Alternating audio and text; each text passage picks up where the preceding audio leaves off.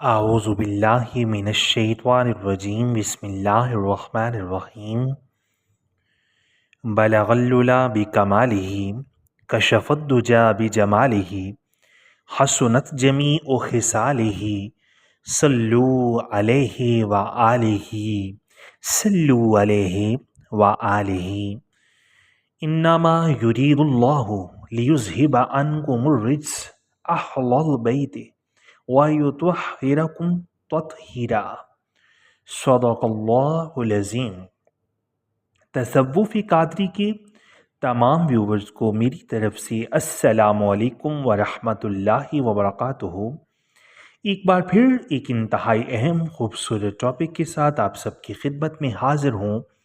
ہم ہیں آپ کے نوکر، آپ کے خادم، مرشد کریم کے در کے ادنا سے غلام ساجد علی قادری امیری۔ آج کا ہمارا موضوع سخن حضرت ام البنین کون تھیں اور حضرت غازی عباس علمدار کی اپنے مرشد مولا حسین سے وفا۔ ٹاپک کی طرف بڑھنے سے پہلے آپ سب سے ہمیشہ کی طرح انتہائی ادب سے گزارش کروں گا کہ اگر آپ اس چینل پر نئے ہیں تو اپنے اس چینل کو ضرور سبسکرائب کر لیں، بیل آئیکن پر کلک کر کے آل نوٹیفیکیشن پر کلک کرنا مت بھولیے گا۔ سامعین محترم، حضرت مولا غازی عباس علمدار کتنا پیارا سبق دے کر گئے امت کو کہ اپنے مرشد سے وفا یوں کرو۔ جناب سیدہ فاطمہ الزہرا سلام اللہ علیہا کی وصال کے بعد مولا علی نے ان کی وصیت کے مطابق دوسری شادی کی۔ جناب مولا حسن و حسین سیدہ زینب سلام اللہ علیہا ابھی چھوٹے تھے۔ آپ نے سیدنا عقیل کو رشتہ دیکھنے کے لیے کہا تو کلبسی بنو کلاب کے قبیلے کا انتخاب ہوا۔ سیدنا مولا علی کی خواہش تھی کہ کوئی ایسی خاتون ہو جو شجاعت، سخاوت اور ایثار کی خصوصیات سے مالا مال ہو، تو بنو کلاب کی خاتون جناب فاطمہ بنت حزن کے گھر رشتہ بھیجا گیا۔ تو سردار حزم اپنی بیوی کے پاس گئے اور پوچھا کہ سیدنا علی کے لیے بیٹی فاطمہ کا رشتہ آیا ہے۔ انہوں نے کہا، آپ نے اپنی بیٹی کی ایسی تربیت کی ہے جو نبی صلی اللہ علیہ وآلہ وسلم کے خاندان میں بیاہی جا سکے، رشتہ قبول ہوتا ہے۔ تو جناب فاطمہ بنت حزم یعنی جناب سیدہ ام البنین جب مولا علی کے گھر جاتی ہیں تو سیدنا امام حسن، امام حسین اور سیدہ زینب سلام اللہ علیہا کو گلے لگا لیتی ہیں۔ سیدنا مولا علی سے درخواست کرتی ہیں کہ بچوں کے سامنے آپ مجھے کبھی فاطمہ مت کہیے گا، انہیں اس سے ان کی ماں یاد آ جائے گی۔ میں اس گھر میں ان کی ماں بن کر نہیں آئی بلکہ کنیز بن کر آئی ہوں۔ میرا یہ مقام نہیں کہ ان کی ماں کی جگہ لے سکوں۔ اس کے بعد کبھی بھی آپ نے انہیں بیٹا نہیں کہا بلکہ ہمیشہ مولا کہتی رہیں۔ ان کے 4 بیٹے ہوئے، اسی لیے انہیں ام البنین بھی کہتے ہیں، مطلب بیٹوں کی ماں۔ اپنے بیٹوں کو ہمیشہ مولا حسن و حسین کی صرف اطاعت اور غلامی کا حکم دیا اور ادب ہی سکھایا۔ ہم یہ سمجھتے ہیں کہ پیری اور مریدی یہ صرف آج کا ہمارا نظریہ ہے، لیکن حقیقت میں اپنے مکروہ اور مغرور نفس کو کسی کامل مرشد کا غلام بنانا ہی مریدی ہے، اور ایسے کامل مرشد کہ جن کے سامنے نفس کو زیر کرنا تھوڑا مشکل نہیں بلکہ انتہائی مشکل ہو، جہاں پر لوگ باتیں کریں اور لوگ تمسخر اڑائیں کہ یہ آپ کے مرشد کریم ہیں، ان کے کپڑے گرد آلود ہیں، ان کا ظاہری حلیہ تو یہ ہے، یہ مرشد کیسے ہو سکتے ہیں؟ ایسے مرشد کریم جو حقیقت میں کامل بھی ہوں، ان کے سامنے اپنے نفس کو زیر کرنا اپنے نفس کو غلامی میں ڈال دینا یہ بہت بڑی سعادت کی بات ہے۔ یہ طریقت ہمیں اہل بیت اور جناب ام البنین کی تربیت سے نظر آ رہی ہے۔ خود ہی تو ہم کہتے ہیں کہ لباس ہے پھٹا ہوا، یوں گرد میں اٹا ہوا، یہ کون ذی وقار ہے، یہ کون شاہ سوار ہے، نبی کا نور عین ہے، علی کے دل کا چین ہے، یہ بال یقین حسین ہے، یہ بال یقین حسین ہے۔ کیسا دوہرا معیار ہے ہمارا۔ ایک طرف کامل مرشد کی تعریف یوں بیان کرتے ہیں اور دوسری طرف کامل مرشد کو دولت کی بڑی بڑی دیواروں میں ہم تلاش کرتے ہیں کہ جن کو میرے امام نے جوتی کی نوک پر رکھ کر سارا کنبہ راہ حق پر قربان کر دیا۔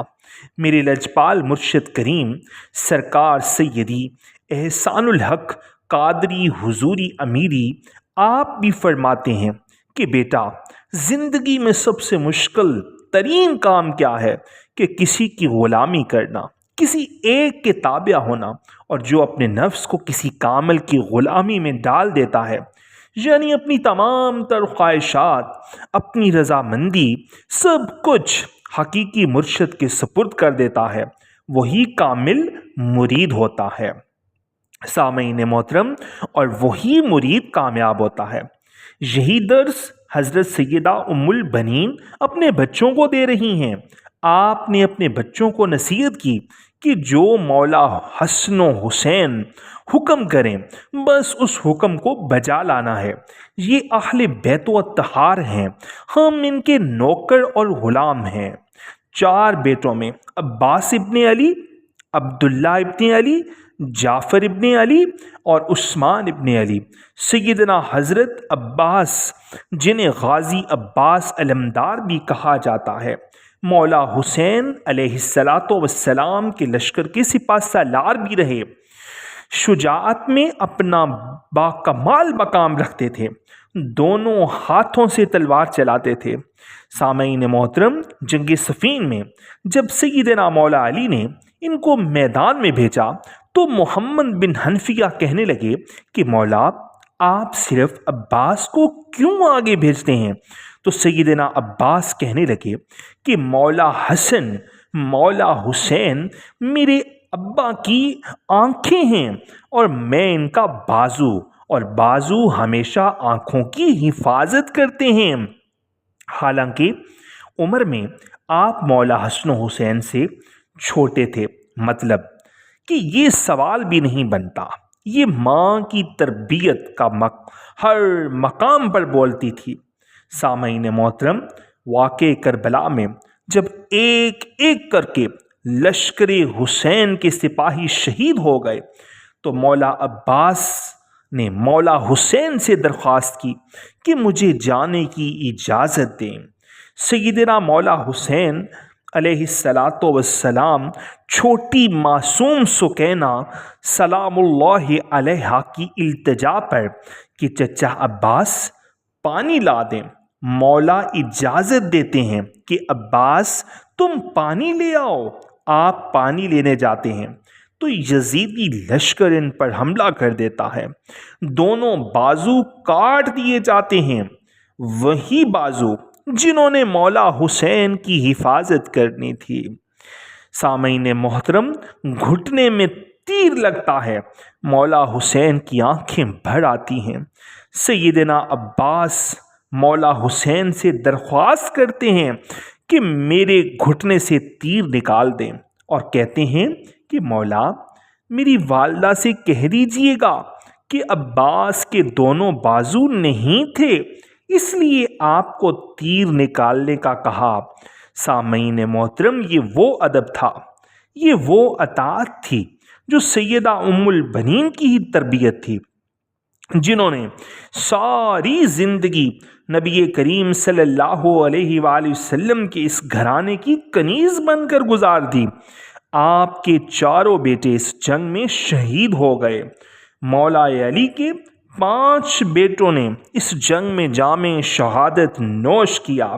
جن میں 4 سیدہ ام البنین کے فرزند تھے، جنہوں نے اپنی جان امام علی مقام پر قربان کر دی اور پوری زندگی زبان پر ایک سوال تک نہ لائے۔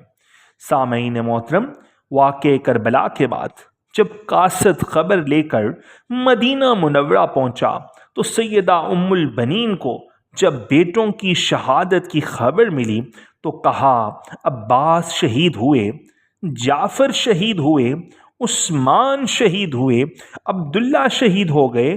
فرمانے لگیں، سب کو چھوڑ دیں، میرے مولا حسین کا پتہ بتائیں۔ تو بتایا گیا کہ وہ بھی شہید ہو گئے۔ تو کہنے لگیں، کیا میرے بیٹے بعد میں شہید ہوئے مولا حسین سے؟ تو بتایا گیا کہ نہیں، وہ پہلے شہید ہوئے اور مولا کی حفاظت کے لیے خوب لڑے۔ تو شکر ادا کیا کہ انہوں نے بلا شبہ غلامی کا حق ادا کر دیا۔ سامعین محترم، یہ وہ ماں تھیں جو اہل بیت کے مقام کو سمجھتی تھیں، جنہوں نے اپنے سارے بیٹوں کو ساری عمر اپنے مرشد مولا حسین کی اطاعت اور ادب سکھایا، خود کو اس گھر کی کنیز بنایا اور مولا حسن و حسین کو بیٹا نہیں بلکہ مولا اور امام کہا۔ سامعین، خدا ہم سب کو اہل بیت کا مقام سمجھنے اور ان سے محبت اور ان کی اطاعت کی توفیق دے، اور اگر ہمیں حقیقی بیت نصیب ہو تو اسی طرح سب کچھ قربان کر دینے کی توفیق اور ہمت عطا کرے۔ سامعین محترم، اللہ کریم میرا بولنا اور آپ کا سننا اپنی پاک بارگاہ اقدس میں قبول و منظور فرمائے۔ اگلی آنے والی ویڈیو تک کے لیے اپنے اس خادم کو، اپنے اس نوکر کو اجازت دیجیے۔ اللہ نگہبان، فی امان اللہ۔ ویڈیو کو لائک کر دیں اور حق کی آواز بنے، جتنا ہو سکے ویڈیو کو شیئر کر دیں۔ وصلی اللہ تعالی علی حبیبہ خیر خلقہ نور عرشہ وزینت فرشہ سیدنا محمد وعلی آلہ واصحابہ واولیاء امتہ اجمعین الی یوم الدین۔